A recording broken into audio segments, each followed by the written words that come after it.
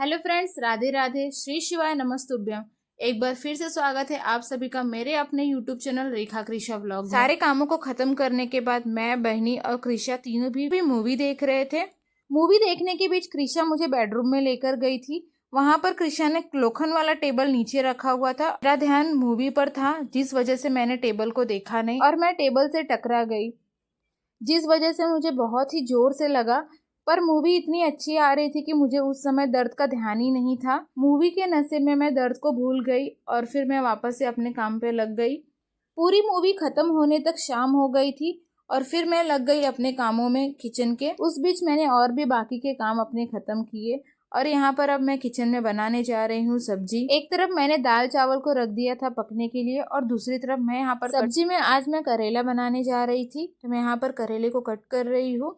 सारे करेले को पहले मैंने छील लिया था, अब मैं उसे कट कर रही हूँ। सभी लोग करेले की सब्जी नहीं खाते, इसलिए मैं यहाँ पर आलू की सब्जी भी बनाने वाली थी। मैं यहाँ पर कट कर रही हूँ।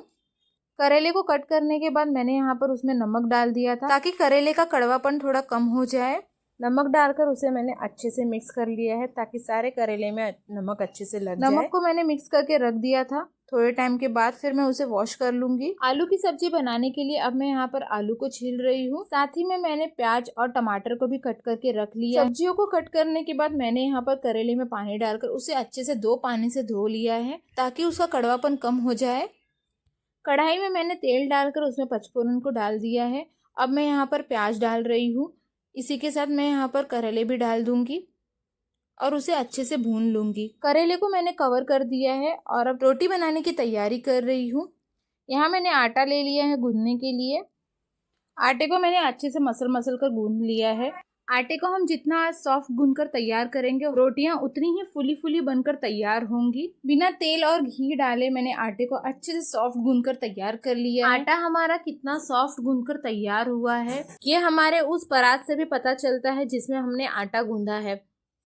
आटा जब अच्छे से गूंदकर तैयार हो जाता है तब परात में जरा भी आटा नहीं लगा होता है, एकदम अच्छे से क्लीन हो जाता है। गूंदते हैं तभी वो अच्छे से क्लीन हो जाता है। आटे को गूंदने के बाद फिर मैंने यहाँ पर हाथ भी धो लिया। जो सब्जी को मैंने रखा था पकने के लिए उसे ओपन करके मैं यहाँ पर हल्दी और नमक डाल रही हूँ।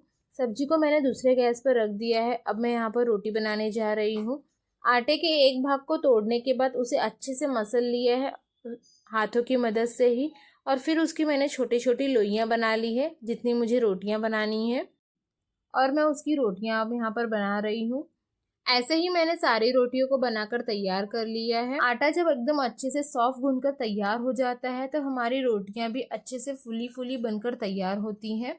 इसके बाद मैंने यहाँ पर आलू की सब्जी भी बना ली है। लास्ट में मैं यहाँ पर धनिया ऐड कर रही हूँ और उसे अच्छे से मिक्स कर ले रही हूँ, क्योंकि सब्जी का टेस्ट दुगना हो जाता है, इसलिए मैं उसे जरूर से डालती हूँ। सारा खाना बनाने के बाद मैंने उसे सारे बर्तनों को खाली करने के बाद एक तरफ रख दिया है और दूसरी तरफ मैं यहाँ पर क्लीनिंग करने जा रही हूँ किचन की। साथ ही में मैंने सारे बर्तनों को भी इकट्ठा कर लिया है धोने के लिए। 10 मिनट में मैंने सारे बर्तनों को क्लीन कर लिया। साथ ही में मैंने किचन की भी सफाई कर ली। अब मैं किचन के एक्स्ट्रा काम करने जा रही हूँ। यहाँ पर किचन में दाल चावल के डब्बे खाली हो गए थे, इसलिए मैं उन सारे डब्बों को आज भरने जा रही हूँ। सबसे पहले मैंने यहाँ पर दाल को भर लिया है और उसके बाद यहाँ पर मैं चावल के डब्बे को ओपन कर रही थी, वो मुझसे खुल नहीं रहा था।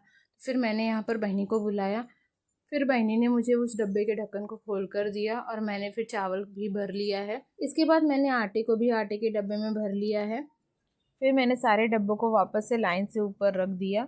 बाकी के कामों को ख़त्म करने के बाद फिर खाना पीना होने के बाद फिर मैंने मेरे पैर में बहुत ही ज़ोर से लग गया था, जिसकी वजह से मेरे पैर में पूरा काला पड़ गया था और वो बहुत ही दर्द हो रहा था। इसलिए मैंने अपने लिए कुछ समय निकाला और पहले हल्दी और प्याज बांधने का डिसाइड किया। सबसे पहले मैंने यहाँ पर एक प्याज लिया है, उसे मैंने कट कर लिया है। इसी के साथ मैं यहाँ पर ऐड कर रही हूँ आंबे हड़द। ये आयुर्वेदिक शॉप पे बहुत ही आराम से मिल जाता है। इसे लगाने से दर्द बहुत ही कम हो जाता है। प्याज को बारीक पीसने के बाद सरसों के तेल में दोनों को मिक्स कर दिया और इसे अच्छे से पका लिया और फिर इसे मैंने अपने पैर में बांध दिया। इसी के साथ व्लॉग की एंडिंग यहीं पे कर रही हूँ। मिलते हैं नेक्स्ट व्लॉग में, तब तक के लिए बाय। और मुझे सजेस्ट करिएगा कि मैं क्या लगाऊं जिससे जल्दी से ही ठीक हो जाए।